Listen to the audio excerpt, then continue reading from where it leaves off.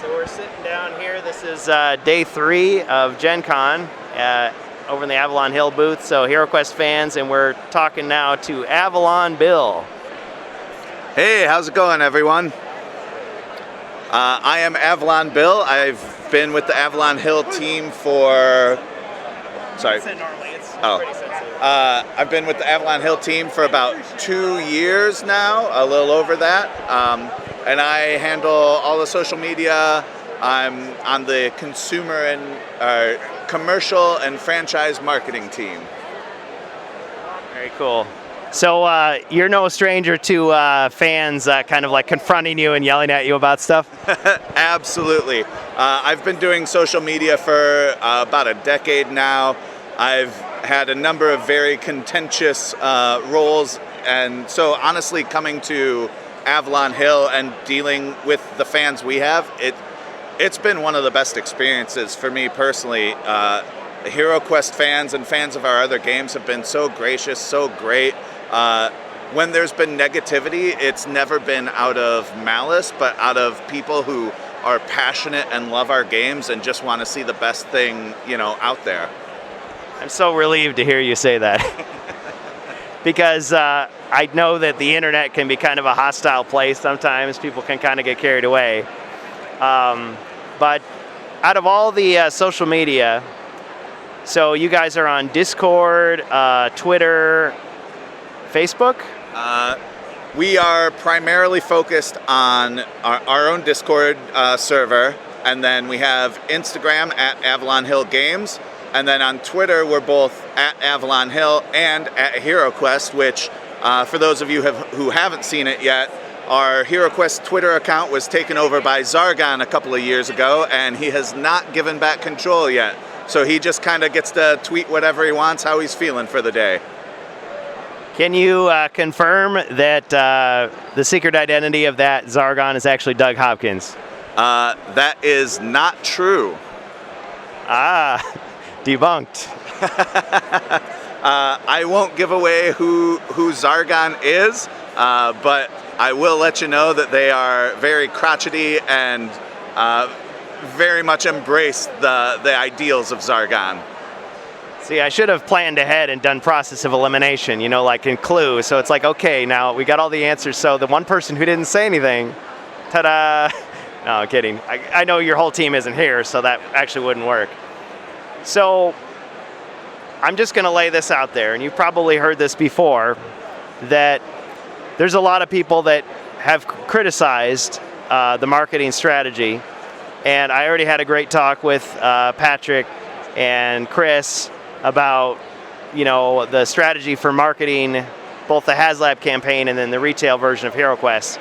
And I really appreciate the way you've kind of reached out and welcomed people in. Honestly, when the Discord started, I was a little annoyed because I thought, oh my gosh, I'm going to lose all my people and they're going to go over to yours. But actually, I had nothing to worry about because I feel like when you guys started the Avalon Hill Discord, you had a huge influx of people for HeroScape, but you also had Diplomacy and Betrayal, and the HeroQuest people just went to both. Yeah. And if you guys got an exclusive, you were like, hey, go ahead and share this, and so we would port it over to our Discord, because honestly, as someone who runs his own Discord, and I just am fairly new to it, I don't have time to check everywhere. But people come to me and they bring it to me, and I'm nobody special, I'm just, a guy. So I really like that, but going back, I think a lot of people were upset because they felt like they didn't have enough time to get engaged in the HasLab campaign. They only got 2 emails in 2 years or something. Yeah. So what has changed from 2020 to now, and what are you doing to further reach out to the community and make sure people are in the know? Yeah, that's a great question.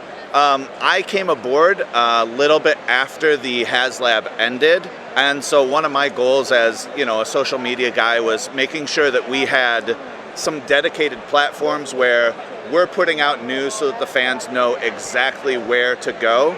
Another big thing is our partnership with the Hasbro Pulse team has been getting better and better over the years, so we're working with them to figure out how we can make an email newsletter thread or some way to better notify our fans of everything that's coming. I know there was a lot of criticism around the release of the Commander of the Guardian Knights because Oh, brother, was there? because all the fans that backed us and supported us for the HasLab, not all of them found out about that character until it was too late. And I can definitely say that we've not always done the best thing possible, but we are trying to figure this out as we go along and correct our mistakes of the past and make sure that our fans are connected and know what's going on. And I just want to say, I don't want to sound like too much of a fanboy here, because I feel like I'm still like a guerrilla reporter of some sort. When I saw that apology letter for the Guardian Knight, I was like, what is this? Like, corporations don't apologize for stuff. And I wasn't really sure how to react to it, but I guess I said something along the lines of, well, if they make it right, I'm willing to let that go. And I mean, I got 3 copies, so I had nothing to worry about, but I felt bad on behalf of the people that saw the new thing and they couldn't get it.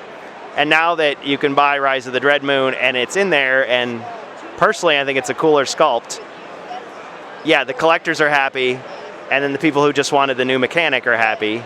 So I consider that a positive, and I'm glad that that happened. And I hope that moving forward, these other things, these other disappointments get corrected, and I think that just builds more goodwill. So am I right to... Yeah, that's absolutely something we're working on, is figuring out how we can make sure that fans of the game can get the content that, maybe at the time was either limited or hard to get. So whether that's, like you said, reproducing the Guardian Knight, it's not the same exact sculpt, but it is mechanically the same exact character, so that you're not missing out as a fan. You can pick up Rise of the Dread Moon and you have that content that was in the Commander of the Guardian Knights. I know there have been leaks online that I can't comment on, but hopefully fans have seen that there are some other things coming down the pipeline that were kind of hard to get at first, or maybe they missed out on, and those will be available for the fans who missed out. So you might start hearing like conspiracy music in your head, like the theme from the X-Files, but there's some people out there, I won't say who believe that actually you guys accidentally on purpose leak stuff so that we'll start speculating about it. Is that true? No comment on that. What I can say is that the HeroQuest fans are so passionate that the second any even like iota of information hits the internet, it's everywhere. It's on Reddit, it's on Board Game Geek, it's on our Discord. Like, we sometimes find out about leaks from you guys, so. That's so great, and it's so true. I mean, like I said, I'm not all over social media. I don't have an Instagram account. I barely spend time on Facebook. The most I spent there in years was just to figure out this Gen Con thing, because a friend of mine talked me into coming. I'm so glad I did.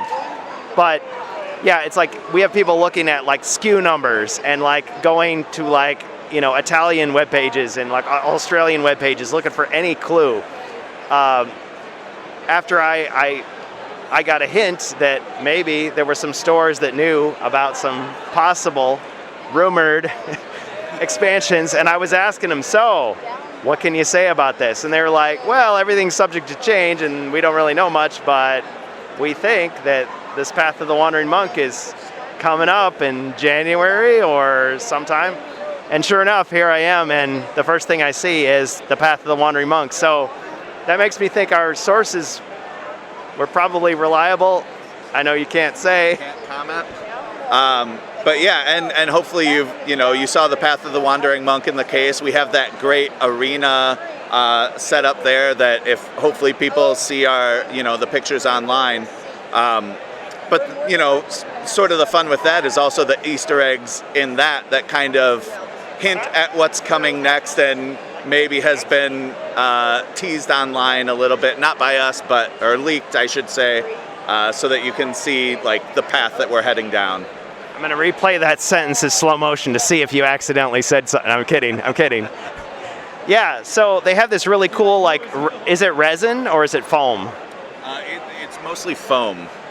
Okay, it looks awesome. Yeah, they built this big, like, amphitheater. It reminds me of the cover of Return of the Witch Lord, but it's not exactly the same. It's different, and all the figures that you guys have released, all the character figures thus far are in there, and they're all kind of arranged differently. Chris had to point that out. He loves to mess with me. I just know this.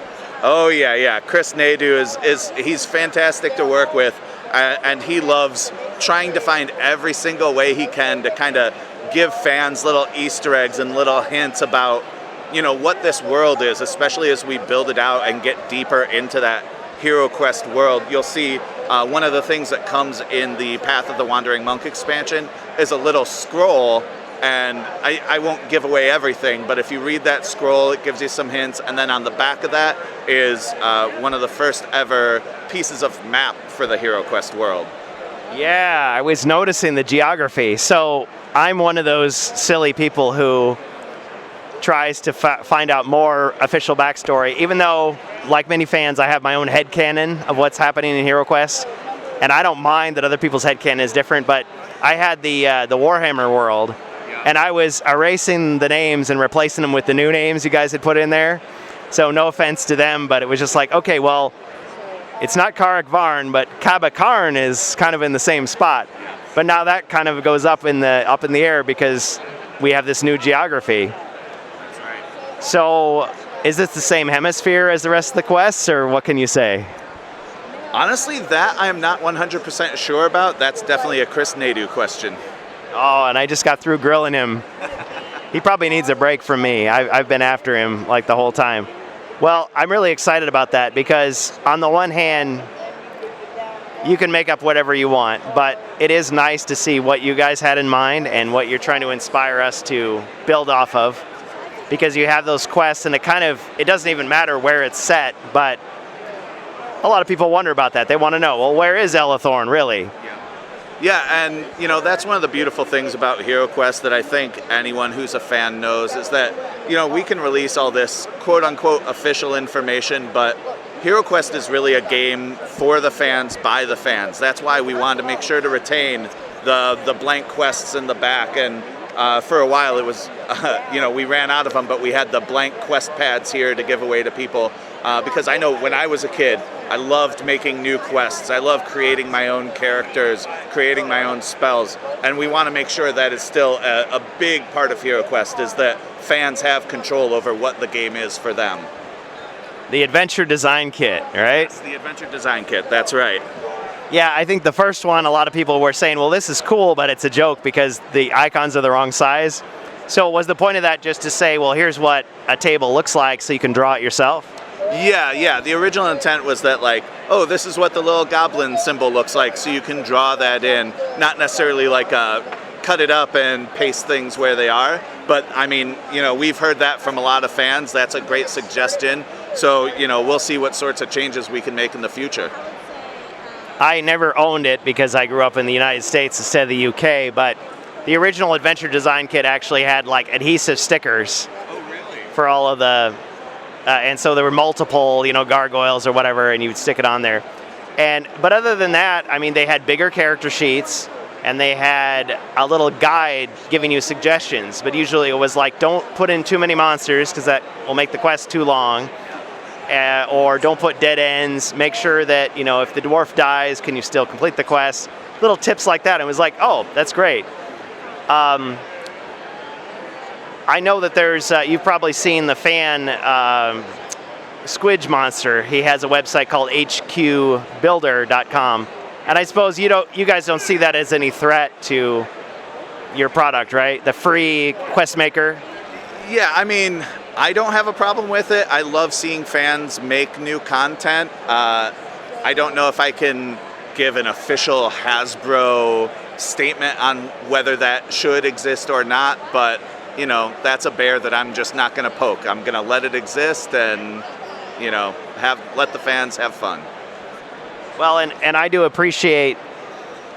I mean, I guess I've heard rumors that some people have gotten cease and desist notices when they're making bulk products and calling it HeroQuest.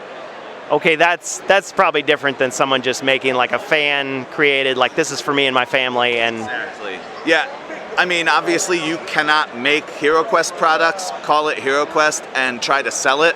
That is IP infringement. Don't do that. But if you're just making quests for fun and playing with your friends, sharing it with your friends, go ahead. Yeah, I will admit I've tried to keep my Discord fairly drama free. I mean, I'm the type of person that'll argue with someone and then afterwards I'll be like, was I kind of a jerk? I can back off on that. But I feel like it's very positive and we have those passionate discussions.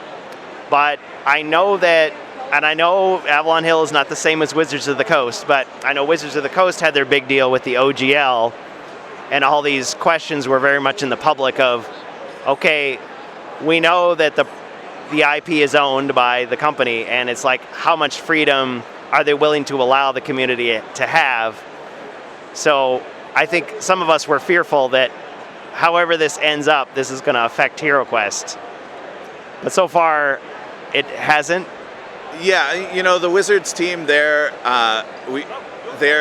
definitely a part of the Hasbro family, but there's different staff. So those issues I can't really comment on. I'm not involved in that in any way. I know my personal goal is to make sure that the fans can, you know, make quests and still do what they can do to improve the game for themselves. And again, like as long as you're not selling anything, I'm not going to have a problem with it.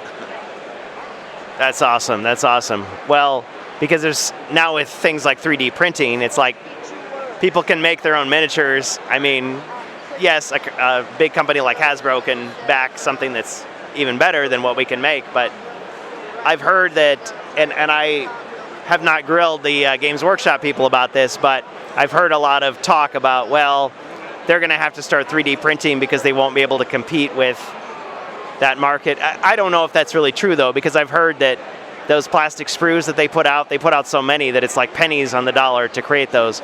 And I'm not a business guy, so I don't know how accurate that is, but is there ever a fear that, well, we're gonna have to go out of business because, or stop making HeroQuest because everyone's just gonna print everything themselves? You know, that's a great question. Who knows what the future holds, honestly? And everything changes, and it's just how we can adapt to that. And, you know, obviously we are people who are passionate about this game, and we want to see it exist for as long as we can. So when those challenges come up, we'll try to find the best solution possible for us and for the fans. You know, to us, the fans are our North Star, our guiding light.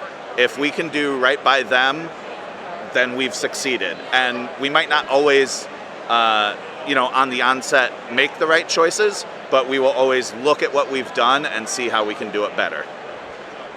I'll just confess to you, I do have a 3D printed custom Sir Ragnar figure. So, and I have the Mythic one, but that, at least for me, there is a market for that, so to speak. So, but at the same time, if you guys made one, I'd buy it. I mean, that's me. The biggest piece of criticism with Rise of the Dreadmoon, you know, we're so happy to see that response to the pack has been very, very positive. People seem to love the quests, but a lot of people are wondering, where is that Sir Ragnar miniature? And so that is definitely a learning moment for us. I don't know if there was ever a plan for one or not from the production team, but definitely in the future, that's something we'll have to consider if we ever bring back, you know, a popular character. Do we make a miniature for that character? Well, and after talking with Chris about this and Patrick, it's like, I get why it didn't happen. And for me, as an old school HeroQuest player, I'm used to substituting one figure for another. You just use your imagination. Not every named character has to have a plastic sculpt. But because we had the HasLab campaign, it was like, well, here's one version of Sir Ragnar and ... Like, that put that idea out there that, yeah, so there still is kind of a dream that people have. And if they get that, I mean, that's even more smiles in your corner, so to speak. One of the pieces of feedback that I've seen that I really love the idea of is an idea of a premium pack featuring miniatures for all of the different like villains that you've faced throughout HeroQuest. I think that would be something really cool to do if we ever have the, you know, opportunity to. I'm glad you said that, because that was one of the questions I forgot to ask in the other interviews.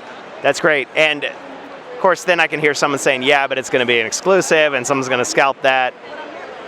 I mean, I'd rather see it come out than not. Like, this is how crazy I am. I would rather see, like, you and Games Workshop get together and come out with like Warhammer Quest Anniversary Edition parentheses Advanced Hero Quest, and it would be like a totally modern. The chances of that happening are probably very small, and if it did, it would probably be in small quantities, but I'd buy it. Who knows what the future holds, you know? We had a very great relationship with Games Workshop working on Hero Quest, and so I'm a big Games Workshop fan. I played Warhammer back when I was in college, and then recently fell to the lure of the Leviathan box set. So getting back into it, and their work is great. They loved what we did with Hero Quest, so hopefully there's something there in the future. I'll admit it, as much as I throw around the stuff that I unbox, I'm kind of a budget gamer, so I waited until after Christmas and I saw they had Fire Team, not Kill Team, but Fire Team, 50% off at Barnes & Noble, and I bought 3 copies so that I could start painting each of the 3, 3 of the Space Marine factions, so the red, the blue, the yellow, Imperial Fist, Blood Angels, and Ultramarines. I'm still learning.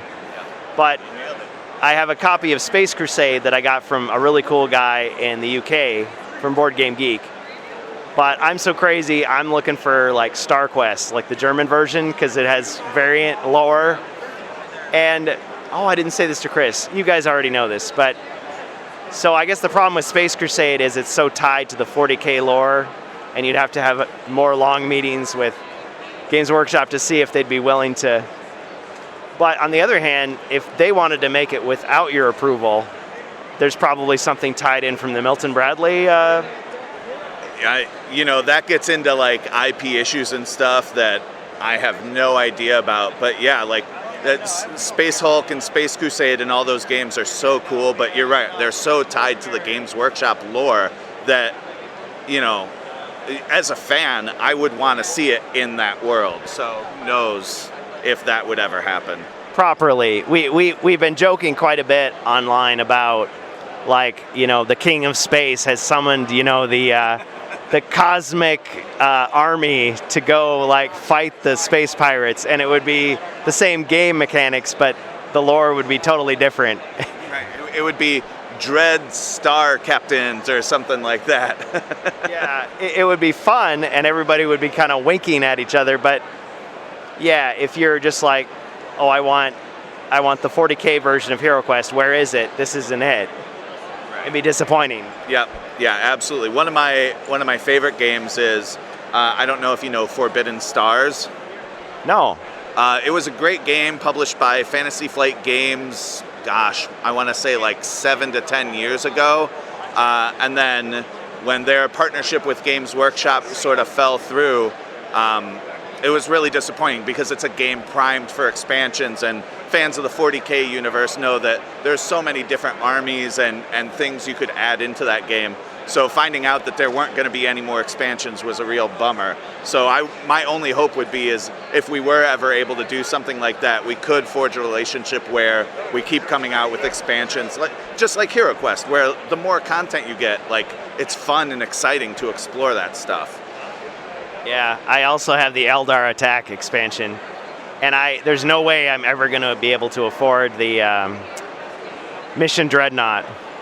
So, and I never wanted to buy Space Hulk because I thought, well, between the 2 games, you get so much more lore there. I'm so sorry. Sorry, I'm going on this up. No worries. We're ending a Yawning Portal tournament.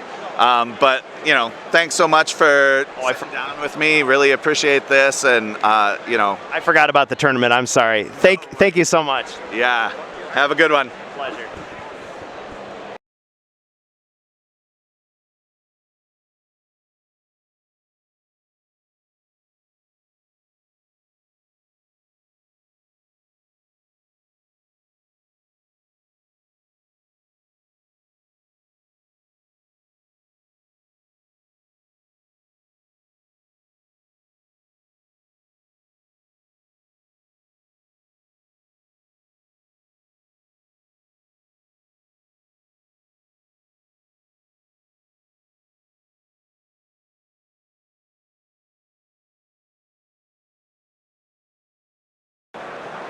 All right, so that was Chris Nadeau. We did our interview, and we'll see what else we can do today.